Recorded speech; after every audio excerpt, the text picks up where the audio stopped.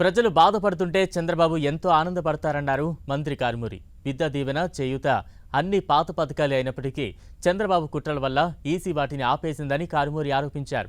మే 13న జరిగే ఎన్నికల్లో చంద్రబాబుకి డిపాజిట్ గల్లంతవడం ఖాయమని ఆయన అన్నారు. పవన్ కళ్యాణ్ ఓడించమని చెప్తున్న మహాసేన రాజేష్ వెనుక చంద్రబాబు ఉన్నాడని ఆయన కామెంట్ చేశారు. ఏమైనా పని, దారుణమైన పని. చంద్రబాబు నాయుడు నేను నమ్మని ఎప్పుడు అంటూ రేపు 13వ తారీఖు జరిగే ఎలక్షన్స్లో చంద్రబాబు నాయుడు ఇంక డిపాజిట్లు కూడా రాకుండా చేస్తామని చెప్పి ప్రజలు ముక్త కంఠంతో ఉన్నారని చెప్పి సందర్భంగా తెలియజేస్తుంది. ముఖ్యంగా ఏదైతే అవ్వాతాతల మరి కొడుకులు ఉన్నారో, అమ్మాయిలు ఉన్నారో, వాళ్ళ ఫ్యామిలీ మెంబర్స్ అందరూ కూడా బాధపడుతూ ఉన్నారు. మనమే వాళ్ళని చూసి బాధపడుతూ ఉన్నాం. వాళ్ళ ఫ్యామిలీ మెంబర్స్ ఎంత బాధపడుతున్నారు. ఇలాంటి కార్యక్రమాలు ఎప్పుడూ కూడా చేయటంలో చంద్రబాబు నాయుడు దిట్ట. ఇప్పటికైనా ఇలాంటివి మానుకోకపోతే ఇన్ని ప్రజలు ఇంకా ఇప్పటికే అయిపోయావు, నువ్వు ఇంకా దారుణంగా అయిపోతావు. అందుకే జగన్మోహన్ రెడ్డి గారు 175 అంటున్నారు.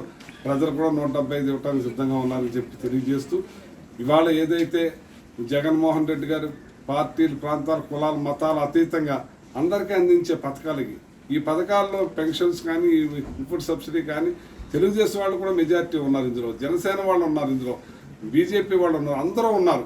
ఇది అందరిది. ఇది ఏదో వైఎస్ఆర్ పార్టీకి సంబంధించిన వాళ్ళకి ఇచ్చుకునేది కాదు ఇది. కానీ ఇటువంటి దుర్మార్గమైన పని మరి తెలుగుదేశంలో ఉన్న కార్యకర్తలు కూడా బాధపడుతున్నారు, వాళ్ళ రైతులు కూడా బాధపడుతున్నారు. ఇటువంటి వాడు మనకు అవసరమా అని అంటున్నారు. ఇటువంటి దుర్మార్గమైన పనులు చేయటంలో చంద్రబాబు నాయుడు